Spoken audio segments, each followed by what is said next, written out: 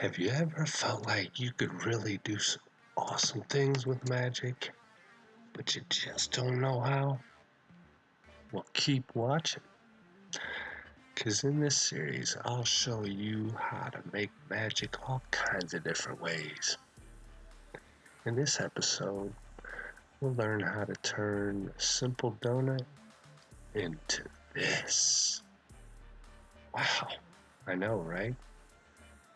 Small ode to everyone's favorite blender guru on that one. But anyway, put your cape on and let's give them a show. Here we go in the blender. I'm using 2.9 for this. You can use 2.83 and up. Anything past that. 2.91 is out now at least, and just won't load up on this laptop here, so that's fun. I'm going to hit T to hide our tool panel over here. Get rid of that, and then set up our scene here. Let's go over to our world properties, turn color to black, go back up to our render properties, turn on ambient occlusion, bloom, and screen space reflections. Now, if you've got a better computer, I'd recommend go ahead and turn off half res trace and bump this up a little bit or all the way. If you've got a beefy system, and this one as well. 125 is usually what I'll go with, but you can, for Eevee, you can get away with a lot around 96 to 125. Usually that gives you pretty good quality. Got those set up, and we will go ahead and I'm going to shift click for our light, hit X to delete those. And if you're doing all this stuff, I'm going to go in the shading tab and get rid of some of these areas here. Just join those, right click to bring that up, and then mouse over that arrow and click to confirm. But if you're doing all these things here, one thing comes in really handy that you can do is go up to your defaults and save startup file. That way every time you load Blender, it will come right to that. You don't have to keep redoing it. But anyway, here, let's get into adding our object. I'm going to Shift A, or you can go up here to add, but I'm going to Shift A. Keyboard shortcuts really come in handy, so I definitely recommend learning the ones you use most often are some of the things. Let's go and add a torus here. Come over here to give us our dialog options. I'm going to bump up the geometry just a little bit to 64 there. Tab, get you through these, and then we'll keep that at 12 for now. I'm going to go into the size of it, put 3 and 2.5 to give us a nice little fatty cake donut there. And we're going to right click to confirm this and go shade smooth. That'll get rid of that dialog box there at the same time. Alright, now that we've got that set up, let's go to our camera and set that where it needs to be. One thing to reset the settings, if you want to reset the location, hit Alt G, and reset the rotation, hit Alt R. That'll reset all that, so it's pointing back down there, and you can move it where you need to be. But I've got certain settings I'm going to use for this particular one that I went through, so you can follow along with me. 3.25 there, -4 and 0. I'm just using tab to cycle through these. 92.5, 30, and 35.9. If I did that right, we'll be able to hit 0 on our number pad here, and look at that. Pretty good view already. Looking fancy. Alright. Let's go into our camera settings and increase our focal length so we get a nice wide angle. I went with 9 on this one. You can kind of, depends on whatever you liked, but I'm going to zoom, scroll wheel in there, zoom in, give us that full view. Alright. One thing we need to do, I guess, before we get too far into there, might as well, I'm going to go back into shade flat so we can see what we're doing. Let's get some animation going. With the torus selected, I'm going to go and we'll spin this on the Z axis if you're over there in the UK area, or Z if you're weird American like myself. But let's get a keyframe set here, or you can hit I and that'll give you the keyframe insert dialog there. You can do all kinds of different options, but I'll escape out of that for now. We'll go to come down, hit shift right arrow to get us to the end, and then hit right arrow once to get us 1 frame past the end, so that gives us a nice seamless loop.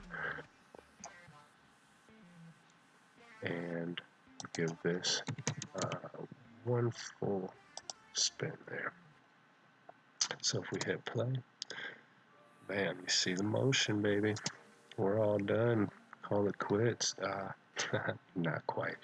Anyway, go back to shade smooth so we can actually have it looking right. And let's pop into our shading. Get back into the camera view there. I'm going to decrease this. For now, I'm going to go ahead and save my laptop power and use this. You can either hit new to create a new one, but since we've already got one set up, I'm going to go ahead and start there. Let's move these over. Shift A in this dialog brings up our dial options here to add in. We want to add a mix shader. Shift A, and let's get an emission shader. So get some glow action going. Plug that into there, bring them over here, it keeps it nice and organized once you get a bunch of nodes going. Alright, Shift A and we'll get our textures. Start with the bread and butter. My favorite go-to is magic texture. I tell you, it's definitely one of my faves, and I've never really seen anybody use it. So I figured best time to give you an intro to it and see if you've ever used it or what's your favorite node. Comment below. Alright, we're going to Shift D to duplicate this one, and then Shift A to add one more, and I'm going to give it a noise texture. Alright, we're also going to need a bump node, which is in the vector section there. We'll plug that factor into the height here, and we're going to go normal in there. Alright, with any of these texture nodes selected, you can hit Control T with the Node Wrangler add-on enabled, and that will bring you into the texture coordinate mapping dialog options there, which definitely comes in handy, so I'd recommend that. That's in the comes on by default. You just have to enable it in your preferences. And we're going to go with object setting rather than the generated for this. So one more node we'll need. Let's set up, go into the converter and get a color ramp going. That gets us a nice gradient from black to white or whatever colors we need it to. That's definitely comes in handy quite a bit, so I've learned where that one is and use it often. But we'll plug these into the vector, and we're going to plug, let's get this going first. We're going to plug this factor into the factor of the mix shader. Give us a nice mix in between those two. Alright, let's pop into that so you can see what we're doing. Definitely looks better in our rendered view. Again, for this one I've got particular settings that I went with, so I'll go ahead and get that, but right off with the default you see what's going on. Gives us some pretty trippy stuff already, but I'm going to see what we had here. 2.1 and just a little bit of distortion there. And then when you squeeze these values in, that gives you more or less of either one, and you really start to see those patterns come out in this, and that's where the magic begins to come out. You can see it already, can't you? Alright, let's go in here. For this one I had 0.95 and 0.877, so that gives us just we might squeeze that in a little. This is a nice heavy contrast and just those small little dots there, which will be our emission. And when we bump up the strength there, you really start to see that glow. Let's decrease the roughness and bring the specular down. That'll tone it down just a little bit so it won't be so crazy, overwhelming.